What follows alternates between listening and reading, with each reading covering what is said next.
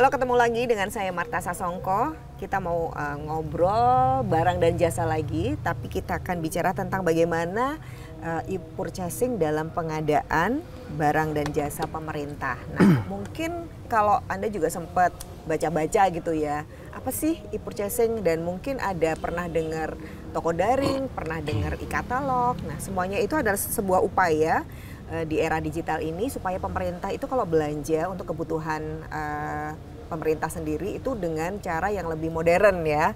Dan yang paling penting adalah transparansinya ada di sana, sehingga kita juga bisa melihat kalau sudah transparan berarti otomatis juga akuntabel. Semoga begitu ya. Maka kita akan bicarakan ini dan bagaimana juga proses ini berjalan, bagaimana cara pemerintah itu berbelanja barang dan jasanya.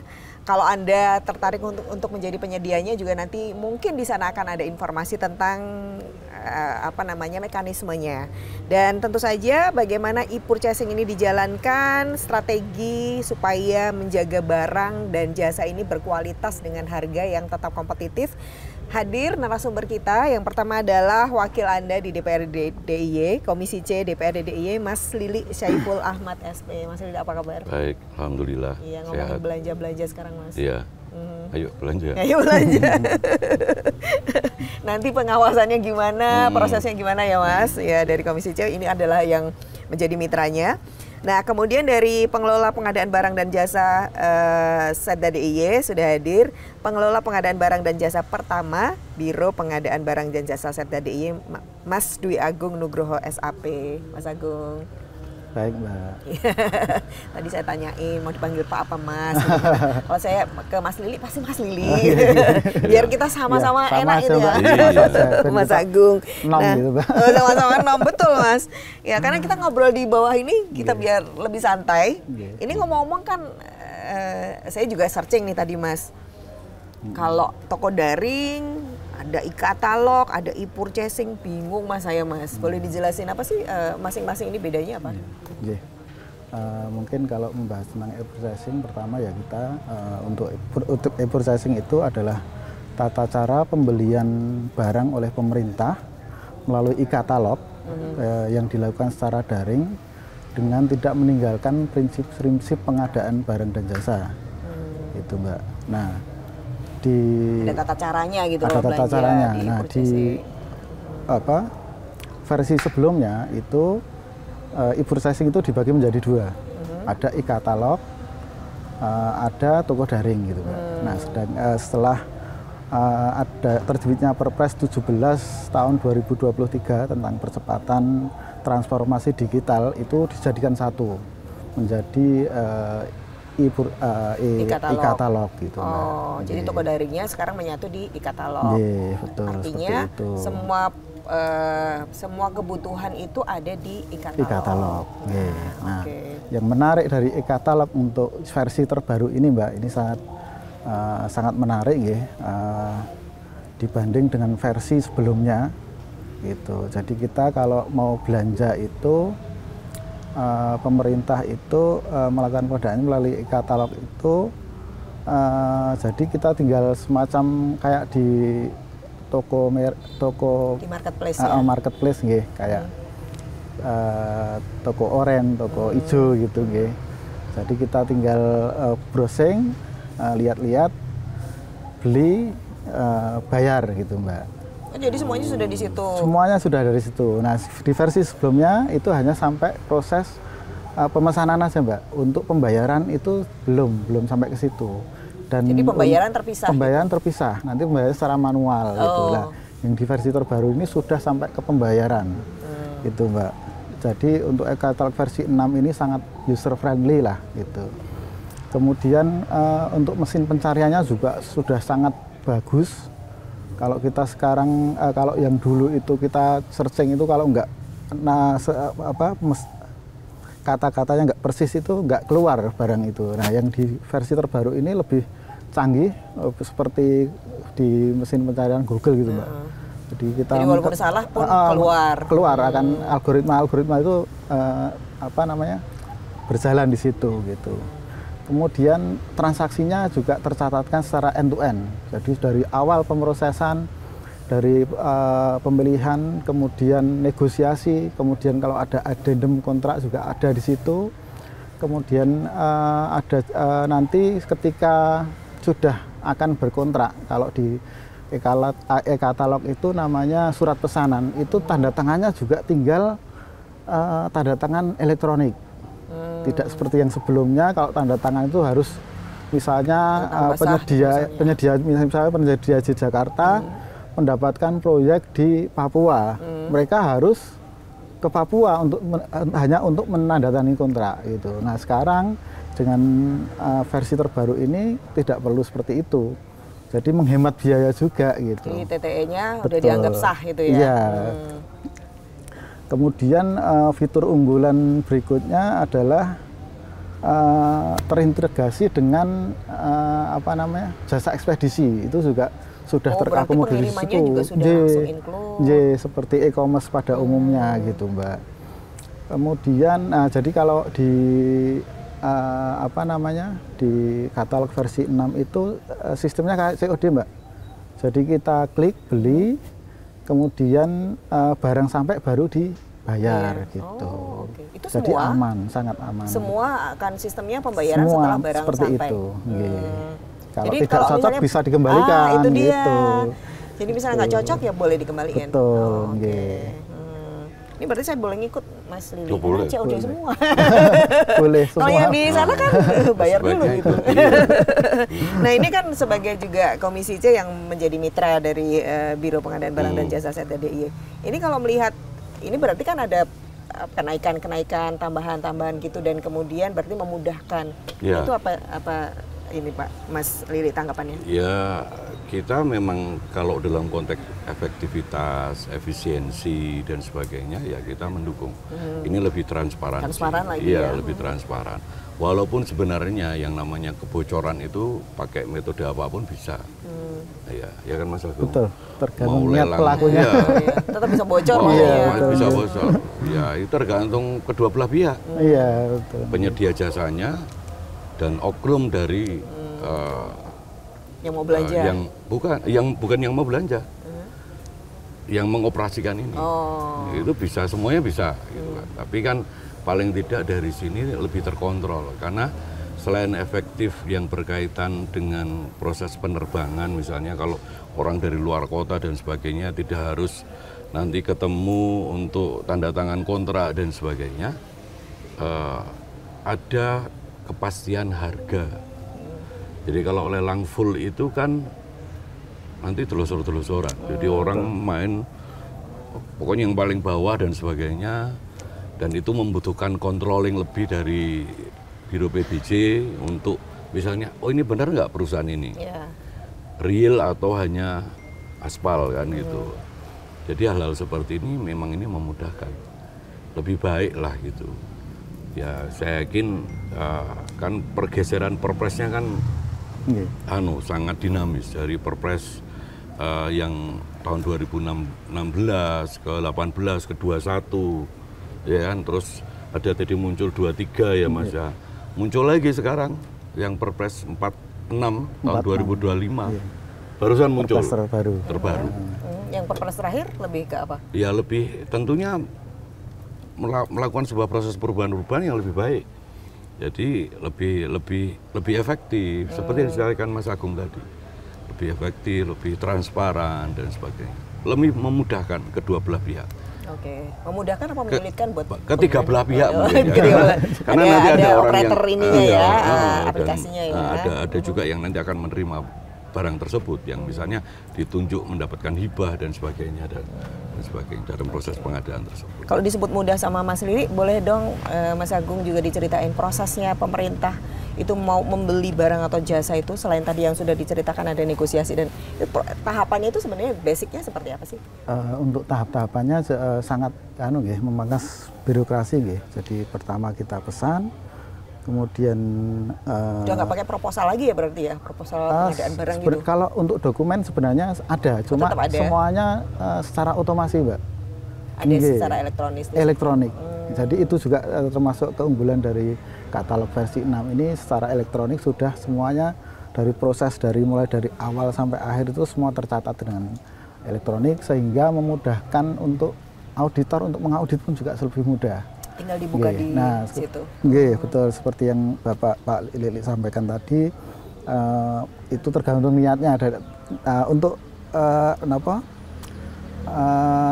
katalog versi 6 ini meminimalisir lah hal-hal semacam itu gitu. Karena diawasi, semuanya mengawasi, Bu. Dari KPK, auditor, kemudian BPK, itu semuanya bisa mengakses itu, sehingga minimal orang akan berpikir 2 kali untuk melakukan kecurangan seperti itu. Dan apakah ini berarti semua pembelanjaan oleh pemerintah daerah itu diwajibkan menggunakan e-katalog? Nah, untuk wajibnya itu sebenarnya di Perpres 16 tahun 2018 itu memang urutan prioritas dari pengadaan barang jasa itu yang pertama itu e-purchasing. Kalau di e-katalog itu sudah ada barangnya, harus wajib ditransaksikan di e-purchasing. Kalau memang sudah tidak ada, baru bisa ke pengadaan langsung. Itu yang nilainya sampai dengan 200 juta. Kalau tidak bisa pengadaan langsung, itu nanti dengan penunjukan langsung. Dengan kriteria tertentu nanti dengan penunjukan langsung. Kalau tidak bisa, baru kemudian di tender cepat. Itu tender cepat itu kalau penyedia itu sudah terkualifikasi di SIKAP, nama Sistem Informasi Kinerja Penyedia. Baru opsi terakhir ini yang sangat tricky, itu biasanya yang sering ada masalah itu yang tender itu, Bu. Jadi kita memang sangat menghindari tender itu. Jadi artinya tahapan tadi itu adalah step yang harus dilewatin, nggak boleh loncat langsung tender gitu? Tergantung karakteristik pengadaannya, Bu, nanti. Ya, maksudnya ketika tadi nggak ada di sini, berarti boleh ke sini itu harus ngikutin step itu, nggak boleh lompat gitu. Iya, betul. Kalau misalnya terus, ya kan Mas Lili paling enak tender aja deh gitu. Jadi analoginya gini, kalau mau ke pantai pakai batik boleh nggak? Boleh aja sih. Boleh aja, boleh. Tapi gitu. lebih pas pakai apa? Pakai kaos lah. Betul. Analoginya seperti itu. Iya. Nah, tapi itu kan logika sederhana yang mungkin nanti akan bisa dimainkan gitu loh. Nah, itu seberapa nanti diawasi, misalnya aku mending kini memilih pembelian itu seperti apa yang diharapkan? Memang yang paling mudah misalnya kan, tapi ternyata itu menyalahi aturan gitu. Yang pasti mungkin begini, saya tergelitik ini. Jadi kalau alasannya ada, sekarang gini tadi, kembali lagi. Kalau kita ini ke pantai pakai batik boleh nggak? Boleh. Walaupun mungkin nggak pas, tapi kebetulan di sebelah pantai tersebut kita ada undangan pernikahan. Artinya kan kalau seandainya kita memilih tidak e-purchasing, kita misalnya akan penunjukan langsung. Karena memang lebih cepat misalnya, karena ada hitung-hitungannya. Ada pertimbangan khusus, iya. Ini dibolehkan? Pasti dibolehkan. Nah, kecuali kalau pertimbangan itu sebenarnya tidak perlu, tapi dibuat-buat. Nah itu nanti jadi temuan. Oke. Nah ini sebelum proses kita tapping talk show ini tuh saya ngelihat ada proses untuk online gitu ya. Dan saya juga beberapa kali ketemu OPD yang kalau misalnya ada pengadaan begitu, saya tak tahu gitu. Apakah memang di Pemda, di OPD yang ingin mengadakan barang dan jasa ini, kalau mereka ketidaktahuan gitu, ada proses juga dari biro untuk berkomunikasi gitu, bertanya jawab, mencoba mencarikan solusi, ada gitu nggak sih? Kan memang tidak semua orang paham juga kan proses ini kan? Betul, Pak. Jadi memang kami membuka namanya konsultasi katalog itu dari Selasa dan hari Kamis itu. Dari OPD ataupun penyedia yang ingin bertanya terkait pengadaan barang dan jasa itu kita sangat terbuka. Jadi konsultatif itu ya? Konsultasi, helpdesk gitu ya, Mas? Helpdesk, semacam helpdesk. Kemudian, karena saking banyaknya barang dan jasa yang ditawarkan kan mungkin berbeda-beda ya? Betul. Kemudian ada grup Telegram juga ada, Mbak. Jadi kita memang semuanya kita rangkul. Baik itu penyedia maupun OPD yang memang butuh konsultasi dengan kita terbuka. Bisa juga dengan tatap muka di biro kami di lantai 2 itu juga kami juga menyediakan untuk misalnya mau tatap muka gitu. Oh, baiklah. Jadi jangan khawatir dan jangan cari alasan itu. Iya. ada cara untuk bisa kalau nggak tahu. Nah, kalau sisi isinya e-katalog sendiri, Mas Agung, e-katalog sendiri itu penyedia barang dan jasa apa aja yang ada di sana? Oh, kalau penyedianya banyak sekali ya Mbak ya. Kalau tersedia untuk apa aja? namanya kategori, kategori itu ada barang, jasa, sama namanya digital. Barang itu ya macam-macam, ada konstruksi kayak kalau konstruksi itu ya kayak Yudit dan sebagainya itu. Kemudian ada elektronik, ada komputer, laptop, macam-macam. Segala macam kebutuhan. Kebutuhan dari OPD segala macam ada di situ. Kalau untuk digital itu ada software komputer gitu itu.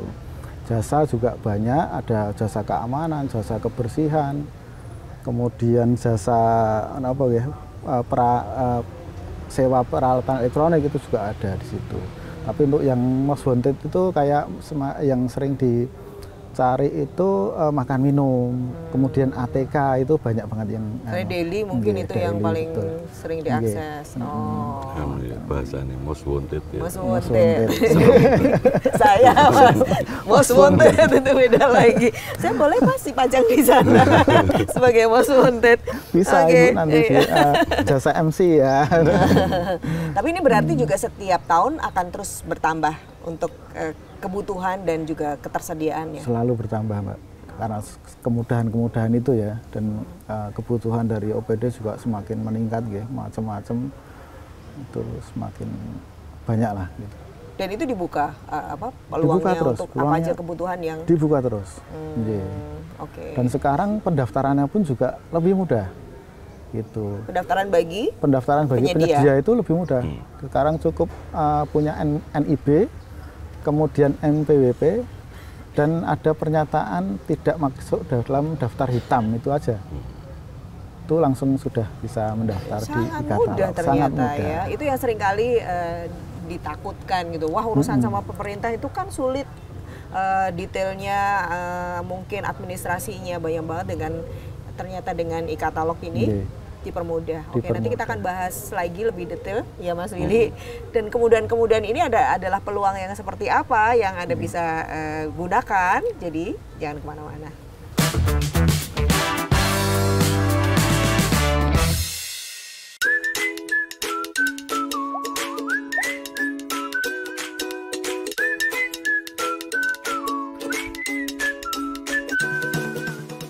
Salam pengadaan.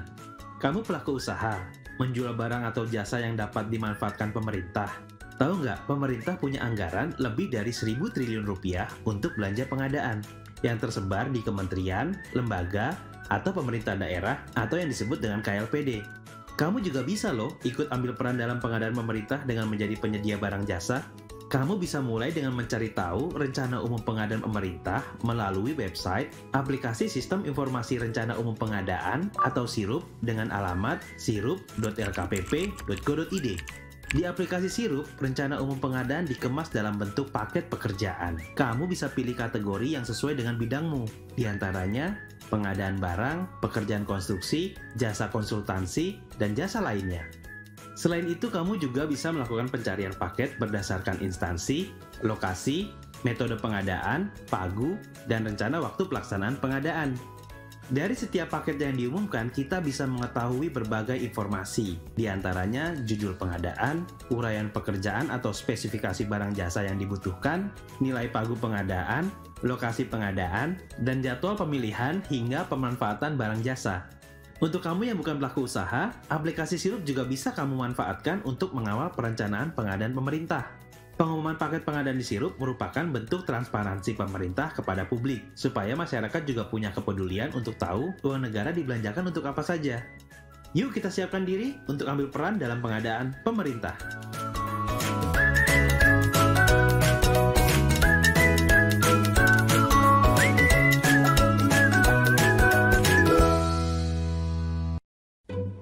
Jadi, kamu setuju dengan harga yang akan kita ajukan? Nggak masalah. Yang penting marginnya cukup. Tapi jangan lupa sertakan dana tanda kutip agar penawaran mulus. Halah, zaman gini kok masih pakai tanda kutip segala. Sekarang itu zamannya transparansi, Bung. Untuk memperbaiki sistem pengadaan, pemerintah mendirikan LKPP, Lembaga Kebijakan Pengadaan Barang Jasa Pemerintah. Alah, paling sama aja. Siapa yang bayar, dia yang dapat tender. Nah, inilah yang ingin dihindari. Pemenang tender dipilih berdasarkan kualifikasi yang ditetapkan dalam sistem lelang yang adil dan terbuka. Kalau kita memang penyedia yang berkualitas, nggak perlu takut bersaing. Kalau kita nggak berubah juga, kapan majunya pengadaan? Untuk info lebih lanjut, silahkan buka www.lkpp.go.id. LKPP, wujudkan pengadaan yang kredibel untuk kesejahteraan bangsa.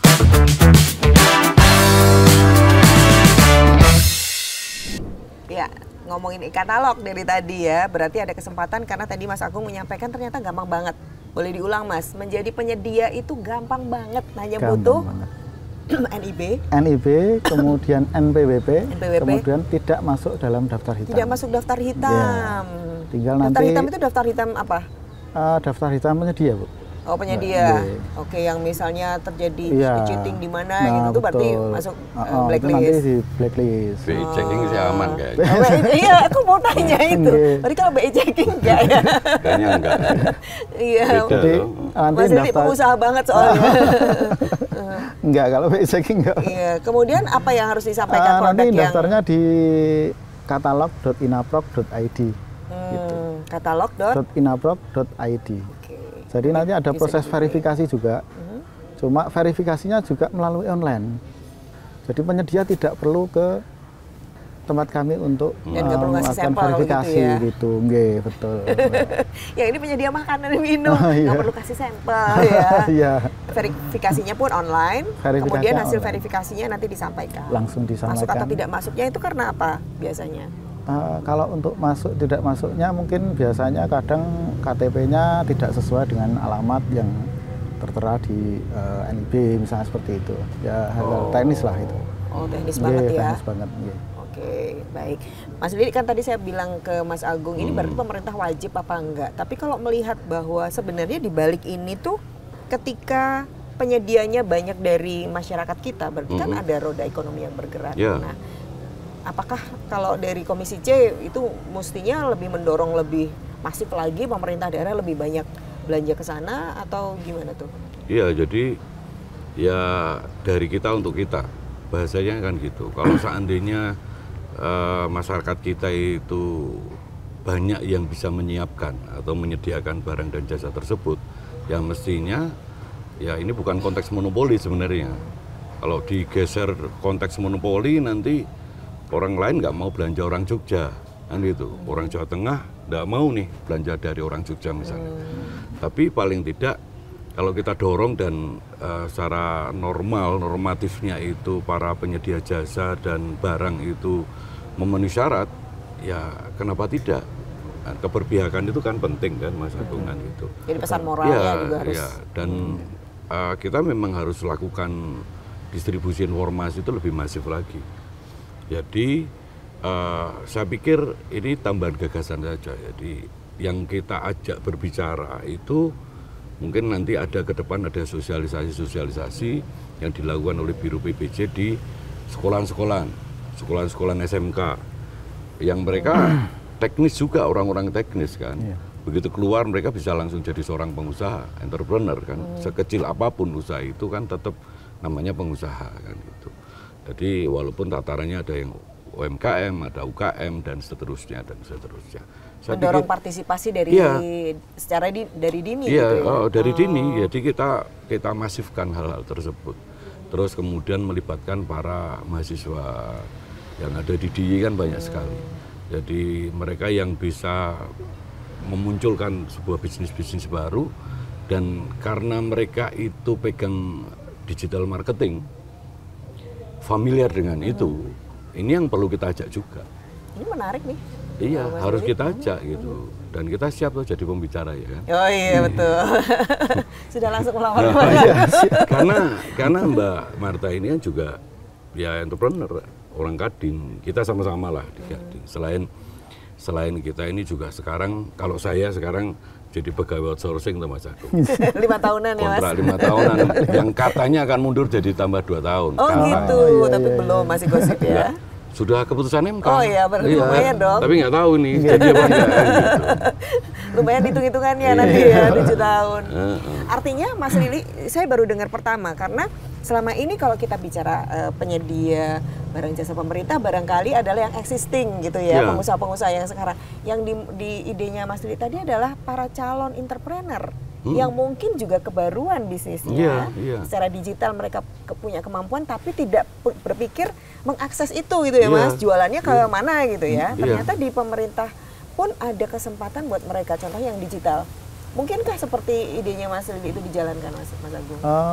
Bisa jadi Bu. Sehingga membentuk, kalau ini kan sudah ada demand-nya, kemudian mencari penyedianya. Kalau ini bahkan membibit gitu ya, memberikan peluang kepada para calon penyedia. Mungkin nggak program seperti mungkin itu? Saja Pak, selama direstui sama Mas Lili. Sudah direstui pasti. Sudah direstui. Kalau bahasa saya, sebenarnya Mas Agung ini mau jawabnya mungkin ya. Harus bisa Mbak, kan gitu. Nanti pertanyaan kan, anggarannya ada nggak Pak? Oh itu nggak mahal kok itu kok, itu nggak mahal kok. Iya, pakai yang penting kita punya kuota, kita bisa main-main digital kok. Iya kan? Iya betul. Setuju sekali dan sepakat, karena di area pasar digital misalnya kan penyedia di Jogja ini banyak banget dan mereka kan kemana-mana gitu. Mereka bahkan mungkin tidak pernah tahu kalau ada kesempatan di sini, dan itu bisa sebuah pekerjaan yang berkesinambungan gitu dengan bekerja dengan pemerintah daerah. Mungkin itu yang digambarkan tadi Mas Lili. Ya. Jadi pasar yang akan dimunculkan malahan. Iya kan, yang pasti kan sekarang ini semua sudah paham bahwa dunia itu di genggaman tangan kan. Ya kan, pegang handphone itu sudah kita pegang dunia. Sebenarnya kan itu. Tergantung bagaimana kita selaku jadi pemerintahan. Jadi kan gini Mbak Marta, kalau bicara pemerintah itu eksekutif. Kalau pemerintahan itu eksekutif dan legislatif. Jadi ya kita ya embrio orang-orang baru, adik-adik kita, anak-anak kita itu ya kita dorong. Bukan mengesampingkan para sesepuh atau senior-senior kita yang sekarang sudah menjalankan proses itu. Tapi ya ini harus mengikuti pasar kan gitu. Kalau kita melihat dulu, zaman dulu belum ada forecasting dan sebagainya, belum ada e-katalog lah bahasa mudahnya itu, ya kita memang semuanya tender murni ya kan, dan sebagainya. Belum ada digital marketing, semuanya manual harus ketemu, harus bagaimana. Sekarang kita meeting aja bisa pakai Zoom, ya kan? Menyampaikan informasi bisa pakai podcast seperti ini. Jadi ya kita harus ikuti pasar. Zamannya seperti apa, itu harus ikuti. Kalau nggak diikuti ya hilang kita. Nggak bisa menyalahkan zaman kan gitu. Jadi buat susah-susah tidak diakses karena tidak sesuai dengan kebutuhan. Iya. Kita semakin tua itu kan sudah nggak bisa nyalain zaman toh. Yang tua Mas Lili. Iya, artinya harus kemudahan tersedianya barang itu sesuai dengan yang kekinian yang dibutuhkan hari ini gitu ya. Bahkan jenis-jenisnya pun bisa berbeda. Oke. Kalau yang dari sisi batasan sih, kalau saya, apakah ada batasan dari sisi produknya, kualitas, harga dan seterusnya? Dari sisi itu ada nggak sih? Kalau batasannya itu tidak ada Mbak. Jadi semua yang ada di e-katalog itu bisa ditransaksikan mulai dari Rp0 hingga sampai dengan tak terhingga. Cuma yang diatur itu nanti pelaku pengadaannya. Jadi kalau untuk sampai dengan 200 juta itu yang melaksanakan pengadaannya itu pejabat pengadaan. Kemudian yang di atas 200 juta itu nanti pejabat pembuat komitmen gitu. Oh, yang akan mengakses layanan itu ada layer-layernya. Kalau dari sisi barangnya nggak ada remeh-temeh gitu juga nggak masalah. Nggak masalah. Asal itu dibutuhkan. Tapi kalau nilainya nanti sekian ratus juta tadi, siapa yang akan? Pejabat pengadaan. Kalau di atas 200 juta itu nanti pejabat pembuat. Kalau itu sudah tersosialisasi ke OPD? Sudah rata-rata udah tahu kalau udah 200 juta sopo gitu ya. Lalu kalau sisi transparansi, apakah betul-betul transparan? Ini kayak kata Mas Ri tadi kan, tetap ada mungkin celahnya. Selama ini apakah tetap cukup transparan sehingga ya akuntabel gitu. Apakah memang sesuai dengan harapan? Dengan adanya katalog versi 6 ini memang semuanya transparan ya Mbak. Ya, yang seperti tadi saya sampaikan bahwa dari awal hingga akhir proses itu semuanya terdokumentasi dengan baik. Semua dapat dapat dilihat gitu Mbak, real time gitu loh. Jadi dari negosiasi kemudian sampai dengan pembayaran itu semuanya dapat dilihat dan dapat diakses. Itu maksudnya dilihat semua orang juga, bukan hanya yang melakukan transaksi. Oh, kalau di transaksinya memang si pelaku pengadaan aja. Masyarakat tahunya itu setelah selesai ini produk ini nanti si pemenangnya ini gitu seperti itu. Jadi bagi penyedia yang sama-sama penyedia bisa melihat, mengkomparasi, ini yang diambil orang lain untuk. Gimana maksudnya? Penyedia yang diklik. Penyedia yang diklik bisa melihat. Kalau nggak diklik ya enggak. Yang penyedia yang lain nggak bisa ngelihat. Jadi kebocorannya itu begini. Kalau mau niat bocor ya, Mas Agung dan teman-teman atau PPK itu kan punya kewenangan ngeklik itu memilih. Nah disarankan kan harus ada paling tidak 2 sampai 3 atau lebih pembanding. Untuk komparasi, untuk membandingkan satu dengan yang lainnya. Kalau hanya ditunjuk satu, masalah ini kan gitu. Tetap proses mengkliknya tetap terekod. Ya mestinya terekod. Iya, jadi di situ ya Mas Agung ya. Ya kalau ternyata yang penyedia kita membutuhkan produk A, tapi penyedianya cuma satu, itu menjadi alasan yang tidak bisa dibantah kan gitu Mas Agung. Itu selesai kan gitu. Tapi kalau masih ada banyak penyedianya, ya harus semuanya untuk pembanding kan gitu. Nah itu kalau mau main-main, misalnya ini Mbak Marta, ini saya mau butuh ini, teman-temannya suruh masuk semua ya, mana saja temannya, ini. Ya, saya klik semua temannya Mbak Marta, sama toh. Bisa toh main-main di situ. Seakan-akan prosesnya. Ini. Tapi sebenarnya Mbak Marta jualan berapa? Turunnya, misalnya jualannya plafonnya anggaran sekian. 1 juta misalnya, Mbak Marta jualannya 999, temannya Mbak Marta 950, temannya satu lagi 925, dengan spesifikasi yang sama. Padahal ini teman semua. Tinggal bagi-bagi itu. Ini nggak terdetek ya? Ini bocornya tadi. Ini bocornya. Tapi saya yakin ini kembali kepada oknumnya. Tapi paling tidak dari situ terkontrol dari bentukan barangnya, jelas formatnya. Tapi kalau tender langsung itu ya memang menjadi lebih waspada lagi.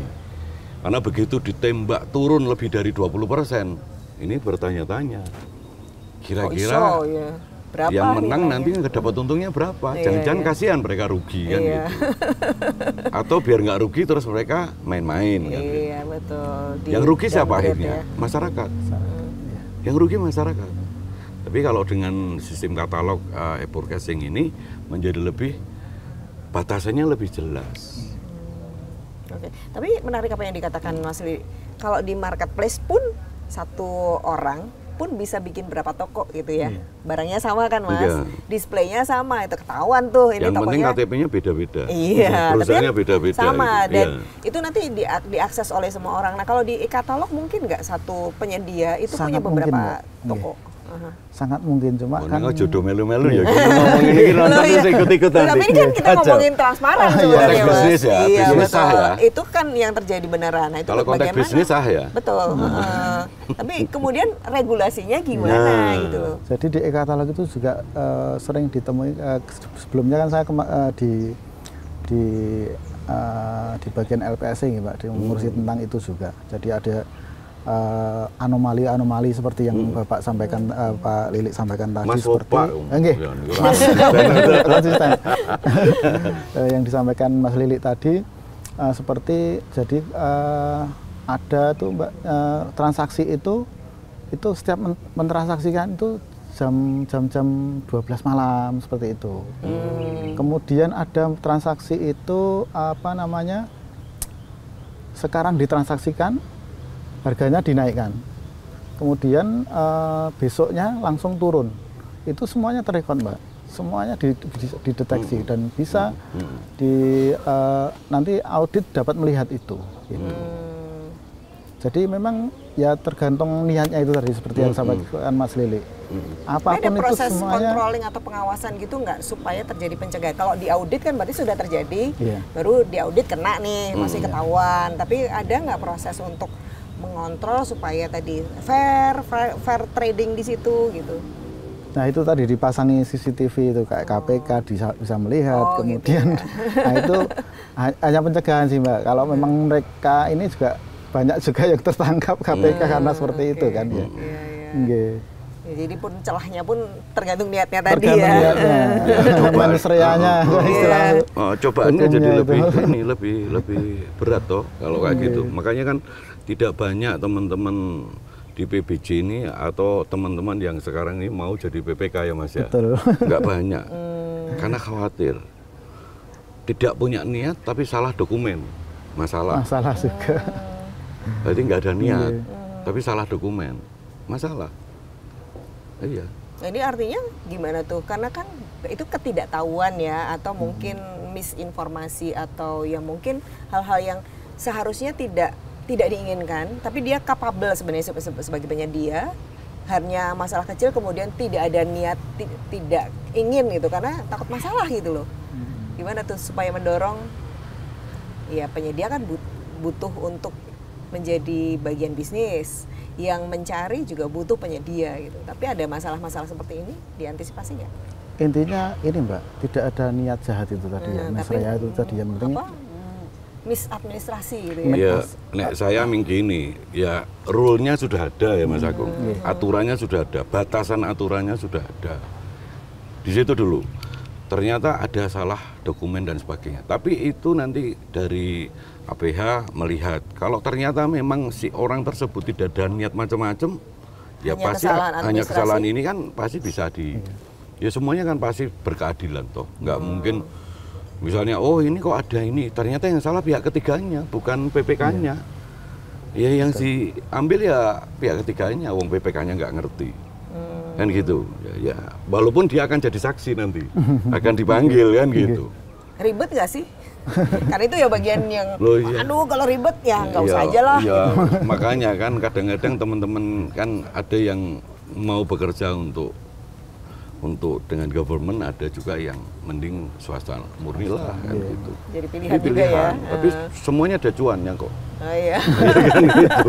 Semuanya ada cuannya. Tinggal milih di mana. Betul. Dan mungkin juga kontinuitas itu ya akan menjadi salah satu benefitnya lah. Oke, walaupun pilihan kita akan memilih seperti apa nanti di segmen terakhir ya. Kita bahas sebentar lagi. Kalau pengen tahu apa Mas Lili yang mau sampaikan lagi, jangan kemana-mana.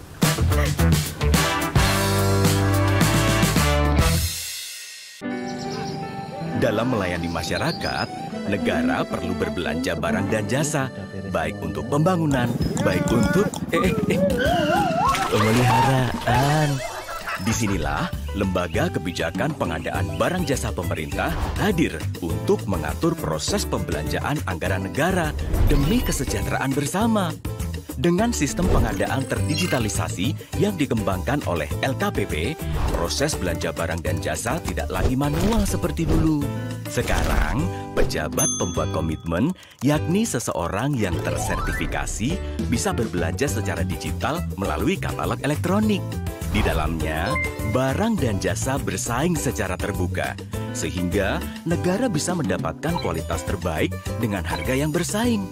Katalog elektronik mengutamakan produk dalam negeri dan UMKM, agar belanja pemerintah yang besar banget itu makin menggerakkan ekonomi bangsa. Dan tentunya, karena digital, semua proses ini berlangsung transparan dan tercatat, meminimalkan penyalahgunaan.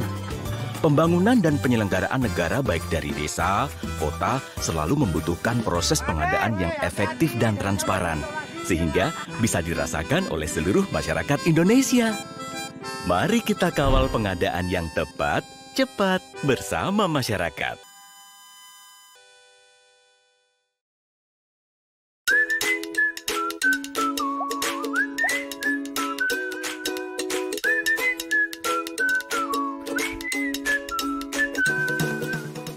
Salam pengadaan.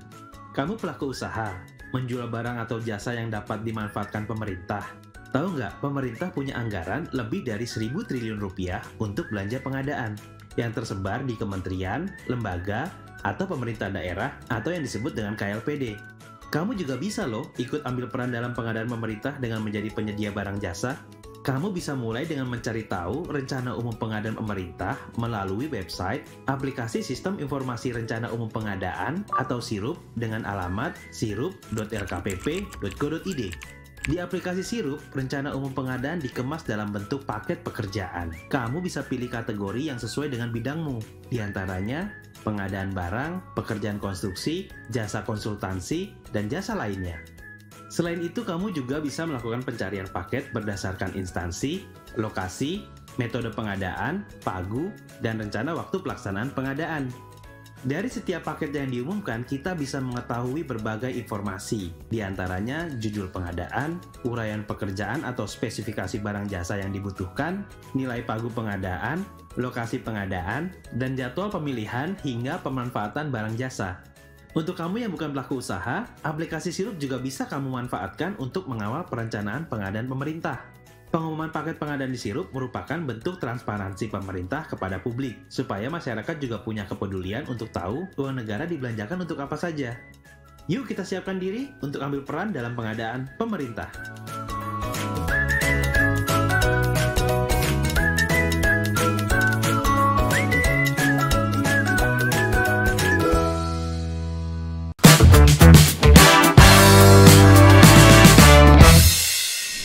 Masih kita omongin tentang e-katalog dalam proses belanjanya disebut dengan e-purchasing oleh pemerintah daerah. Ini di balik layar, Mas Lili tadi justru sangat mendukung e-katalog. Menurut Mas Lili ini e-katalog itu malah sangat-sangat didukung. Why Mas? Kenapa Mas? Ya karena ya ini lebih fair. Lebih fair. Maksudnya bukan pertarungan bebas gitu loh. Oke. Ya bukan pertarungan bebas. Dan kalau masalah terkontrol, semuanya terkontrol. Tender terkontrol, penunjukan langsung terkontrol, pembelanjaan langsung terkontrol. Terrekord lagi Record ya. semuanya, e-purchasing terkontrol. Tapi paling tidak, ya kalau di katalog ini kan ada kewajiban orang menyampaikan spek secara detail. Ya, speknya detail. You punya apa, itu harus detail. Terus kemudian komparasi harga atau persaingan harga atau nanti saat PPK akan ngeklik itu juga mereka akan melihat itu terrecord juga. Itu aja, jadi dari situ. Dan semuanya kan, apalagi sekarang kita dibantu oleh yang namanya KTP yang semuanya terintegrasi, ya kan. Mau rekening kita pakai KTP, mau SIM kita pakai KTP, mau apapun mau KTP, didetailkan, dilihat, itu langsung kelihatan semua. Ini jadi kalau persepsi warga masyarakat nih yang nggak ada di dalam circle-nya itu, kita justru juga merasa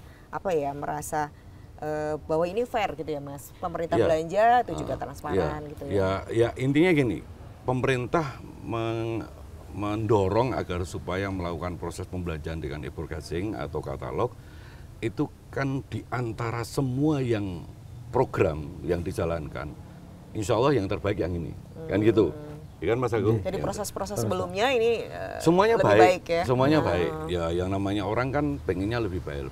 Ini tertata, ada aturan begini loh, aturan begini. Dan ya kami dorong ya masyarakat entrepreneur atau pengusaha atau masyarakat umum ya jangan negatif thinking terus kan semua. Tidak semua, kalau saya itu punya keyakinan tidak semua, lebih banyak orang baik daripada orang yang nggak baik, itu aja. Ya kan? Nah, terus saya sedikit mengulik ini. Satu hal, kadang-kadang masyarakat mengatakan bahwa korupsi itu terjadi di DPR. Sementara DPR itu kan bukan kuasa pengguna anggaran, ya Mas Agung? Anggota DPR itu bisa melakukan hal seperti itu kalau diamini oleh teman-teman eksekutif. Tapi kenapa kenapa selalu yang dituduh adalah anggota dewan? Nah, ini salah satu analog saja bahwa apa yang dilakukan oleh pemerintah dan pemerintahan ini sebenarnya punya niat baik. Jadi jangan selalu pakai kacamata negatif kan gitu. Nah kalau misalnya ada pertanyaan ya mending kita diskusikan bersama. Podo-podo mangan sego kan gitu. Kecuali sing ngerawat kan gitu. Masih kan gitu. Tapi yang dikatakan Mas Lili, kita bisa paham karena beliau juga punya latar belakang pengusaha. Jadi punya perspektif yang ya punya beberapa angle ya. Sekarang menjadi legislator berarti ada perspektif yang juga berbeda. Nah, tengah-tengahnya gimana gitu ya. Ya cuman ada satu tambahan ya. Gini, ini kejadian di lapangan. Ini untuk semuanya, untuk kami, untuk legislator dan untuk teman-teman eksekutif, baik dalam hal ini PPK dan sebagainya. Saat saya ambil contoh tentang kita memulai sebuah pekerjaan dengan DED, detail engineering design atau desain teknik, dokumen teknik kan gitu. Nah ini ada kalanya karena keterbatasan manusia itu lupa, misalnya kita mau bangun jembatan, itu di dalam desain tersebut lupa tidak ada tempat untuk pemasangan lampu. Kan jadi kacau ini kan. Nah ini kadang-kadang terjadi. Nah kami dari legislatif juga akan mengawasi hal-hal seperti ini. Ini belum masuk. Nanti kalau begitu ada yang pemenang tender atau penunjukan dari konteks dari proses katalog, itu kalau DED-nya juga sudah seperti itu, ya sulit. Walaupun ada proses perubahan kan gitu ya, adendum dan sebagainya kan bisa. Cuman kalau sudah dibangun, sudah peresmian susah. Jadi memang tahapan pengawasan itu dari mulai proses perencanaannya, bikin kajiannya dan sebagainya kita lakukan. Jadi harus juga punya knowledge, pengetahuan dan juga detail tingkat sensitivitas untuk melihat itu, Mas. Perencanaan itu kan nggak mudah untuk melihat sampai detail. Iya, harus seperti itu. Memang harus begitu. Makanya di DPRD juga ada TA, tenaga ahli, yang membantu, ada konsultan publik dan sebagainya. Saat kita mau menginisiasi perda, baik inisiasi dari eksekutif atau dari DPRD, pasti ada NA, naskah akademik dan sebagainya. Dan itu juga di public hearing-kan. Dan proses-proses ini juga sebaiknya memang disampaikan kepada khalayak umum, masyarakat umum. Gitu. Sehingga masyarakat sudah bisa mengawal dari saat proses sedang dilakukan awal ya. Oke. Mas Agung, ini melanjutkan apa yang juga Mas Lili tadi sampaikan soal penawaran harga kompetitif, tadi ada negosiasi, tapi kalau proses sebelumnya kan tadi cuman soal harga yang sensitif gitu ya. Kalau harga terendah mungkin yang diambil. Apakah dengan ini tuh ada apa ya, semacam jaminan kualitas jadinya ketika harga itu ya memang harga rasional gitu. Gimana penyedia itu memastikan harga tetap sesuai dengan standar tapi juga kompetitif. Dan nanti termasuk juga proses pengambil keputusan gitu. Berdasarkan apa? Jadi gini Mbak, memang seperti yang diceritakan Mas Lili tadi, memang di Jogja itu dinamikanya memang kalau untuk proyek-proyek konstruksi itu di bawah 20% Mbak. Delosor-delosoran. Jadi kita ada namanya evaluasi kewajaran harga. Nah itu evaluasi kewajaran harga itu, jadi kita evaluasi bagaimana apakah harga ini wajar, apakah harga ini memang harga yang ada di pasaran gitu Pak. Kadang kalau kita cermati satu-satu itu kayak pasir itu harga pasaran di pasar itu 250.000, mereka nawar hanya 100.000. Nah itu kita sampai ngecek ke perusahaannya Pak. Kita tanyain bener nggak ini harga jenengan kok sampai 100.000 itu belinya di mana, apa ngeduk dewe atau seperti apa. Nah itu ada prosesnya, verifikasi seperti itu. Jadi kita nggak asal. Jadi walaupun harganya kompetitif di situ, kalau seakan-akan nggak wajar sudah diverifikasi. Iya betul. Jadi harga kadang memang harga di bawah 20% itu juga ada dua kemungkinan Mbak.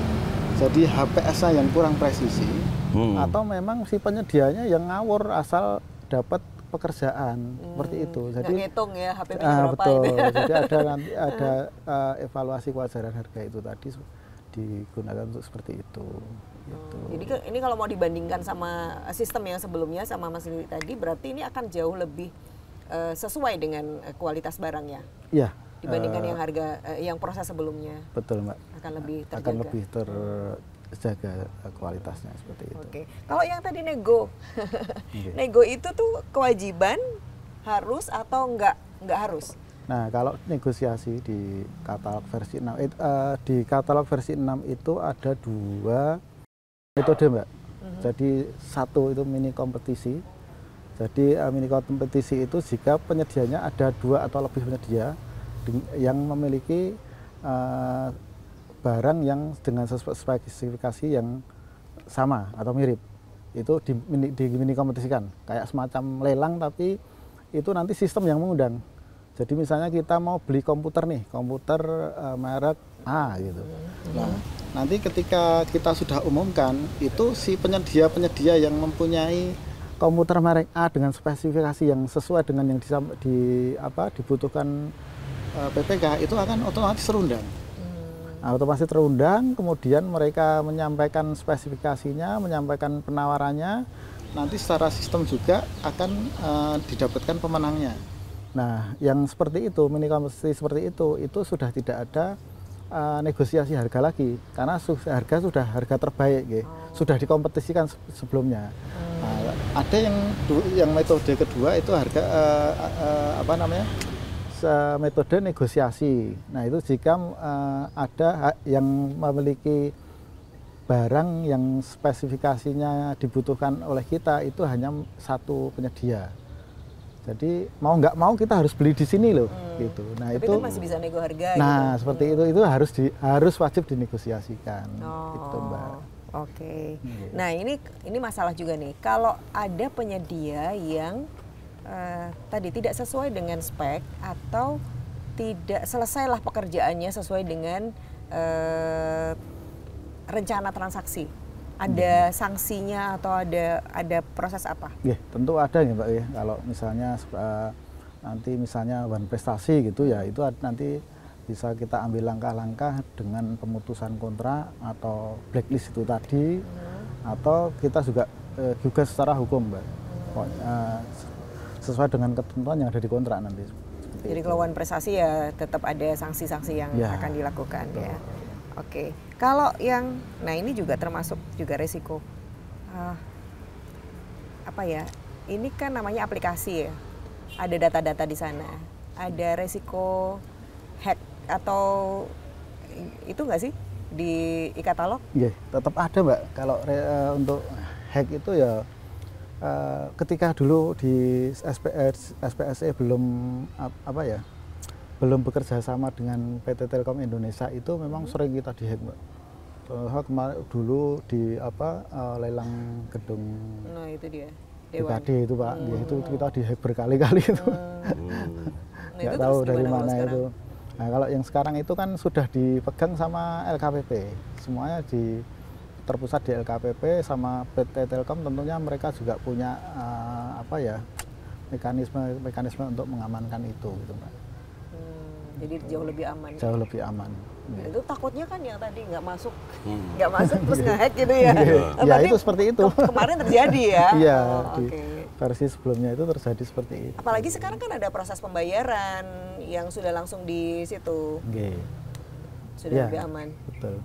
Sekarang lebih aman karena ada OTP juga, tuh, Mbak. Kemudian pelaku pengadaan juga disarankan untuk 3 bulan sekali itu passwordnya diganti, gitu, untuk pengamanan itu. Dan basisnya sekarang KTP juga, seperti yang sampaikan Pak Lili tadi, KTP basisnya, Pak. Jadi kita nek iso ya kami menyarankan kepada pelaku pengadaan, terutama PPK dan perusahaan pengadaan, jangan saling pinjem akun lah, gitu sekarang itu. Karena basisnya sekarang KTP. Nek nanti dipinjem dengan orang yang dilalah kok orangnya itu tidak bisa dipercaya atau seperti ini kan. Itu nanti kan repot. Disalahgunakan gitu, ya, nanti malah ke pinjaman gitu ya. Nah, gimana memastikan bahwa ini berarti sampai real time bisa di tracking sampai ke pengiriman kalau sekarang ya. Sampai di tracking sampai pengiriman. Bisa dimonitor. Persis kayak di toko oranye, toko hijau. Jadi secara secara real time itu juga semakin baik. Betul. Ininya layanannya. Oke, Mas Lili, kalau dari Mas Lili sekarang ini mungkin sekaligus juga closing statement Mas, apa sih yang diharapkan dari e-katalog baik dari pemerintah daerah sebagai pengguna, kemudian juga penyedia nih. Masyarakat kita kan mungkin belum semua bisa menjadi penyedia karena ada keterbatasan wilayah dan seterusnya. Nah, itu apa juga yang diharapkan dari Mas? Yang pasti saya mau menyampaikan dulu untuk teman-teman Biro PBJ ya, beserta teman-teman PPK Mas Agung. Nggak usah khawatir, nggak usah takut kalau seandainya ditunjuk atau diharapkan untuk terlibat di dalamnya. Karena fair kok semuanya kok, teman-teman PH juga fair kok.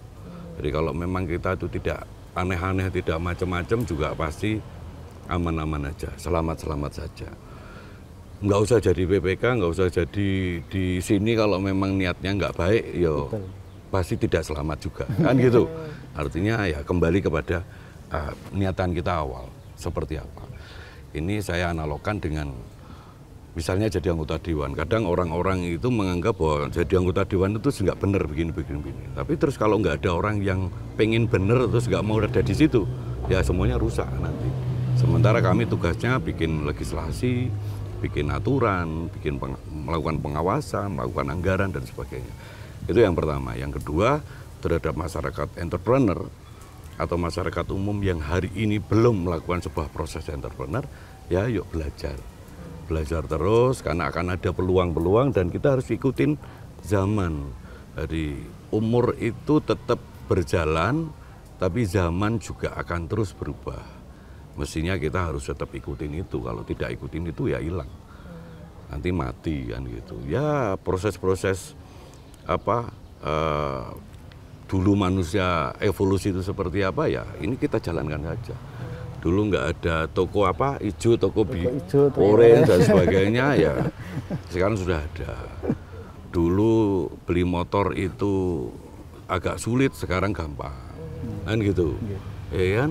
Jadi akhirnya angkot nggak laku, ya kan? Perubahan-perubahan. Ini perubahan-perubahan. Dulu mall orang itu kalau mau beli sesuatu di mall, sekarang tinggal di rumah udah datang sendiri. Jadi kita harus ikuti zaman tersebut. Dan untuk kepada masyarakat yang memang dipaksa pun tidak bisa atau terpaksa tidak bisa karena usia dan keterbatasan yang lain, ya ini menjadi tanggung jawab kita semua. Kami selaku legislator dan juga eksekutif pastinya tetap akan memikirkan karena ada bagian orang yang memang udah nggak bisa, mau di post seperti apa udah nggak bisa. Nah ini menjadi tanggung jawab kita untuk bagaimana atau tetap ngurusi semuanya. Gitu. Mungkin ada strategi yang lain yang mungkin ya, bisa dilakukan mestinya gitu begitu, ya. Ya. Oke, makasih Mas Lili. Mas Lili itu rambutnya belum putih tapi sudah putih loh. Sudah putih loh. Tapi jawabannya kok sudah menep gitu ya. Kepeksa. Sudah nggak meluber. Tapi menarik, matur nuwun Mas Lili. Kalau dari Mas Agung mungkin himbauan gitu ya kepada calon penyedia atau juga nanti bagi para OPD, ada saran apa yang spesifik? Bagi penyedia ya, monggo silahkan untuk segera mendaftar ke e-katalog karena memang ini kesempatan besar bagi kita untuk bisa meramaikan platform ini. Gitu ya. Dunia per-e-katalogan. Dunia per-e-katalogan. Okay. Kemudian melalui penerapan e-processing ini, pemerintah tidak hanya memastikan pengadaan barang dan jasa berjalan dengan efektif, efisien, transparan, terbuka, bersaing, adil dan akuntabel, tetapi juga memberikan ruang yang seluas-luasnya kepada masyarakat dan pelaku usaha untuk bisa berperan serta di e-katalog, gitu Mbak. Saya aminin ya Mas. Amin. Artinya tidak selalu penyedia besar itu yang selalu memenangkan transaksi dibanding penyedia kecil kan? Ya. Peluangnya sangat terbuka untuk siapapun gitu ya. Oke. Pertanyaannya satu Mbak. Apa tuh Mas? Buat Mbak Marta. Mbak Marta sudah masuk katalog belum? Belum, Mas. Mau masuk nggak? Gimana caranya, Mas? Mau masuk nggak? Mau masuk makanya bilang sama saya. Oh, iya. Ini mau usaha loh. Iya. Belum lihat ininya, Mas. Jadi bisa stafnya langsung ke. Jadi MC itu sambilan untuk ketemu dengan orang-orang penting. Kan? Iya, betul. Sama dengan Mas Lili. Iya, legislatif itu sambilan sebenarnya. Kan cuma outsourcing 5 tahunan. Mas Lili matur nuwun sangat obrolan yang selalu menyenangkan dan juga Mas Agung, ini informasi yang luar biasa. Tadi sudah saya tidak perlu ulangi lagi yang disampaikan baik Mas Lili maupun Mas Agung, bahwa ini kemanfaatannya yang perlu kita garis bawahi, dan bahwa semua yang transparan kemudian lebih akuntabel ini adalah juga peluang yang baik kalau kita mau ambil. Dan yang penting lagi adalah ini adalah nilai nyata pemerintah daerah juga mendorong legislatif maupun eksekutif, roda ekonomi akan terus berputar dengan satu cara ini. Oke, terima kasih banyak. Pemerintah yang baik adalah pemerintah yang membelanjakan dan kemudian berdampak bagi masyarakat. Terima kasih Anda sudah menyaksikan acara ini. Saya Marta Sasongko. Waalaikumsalam warahmatullahi wabarakatuh.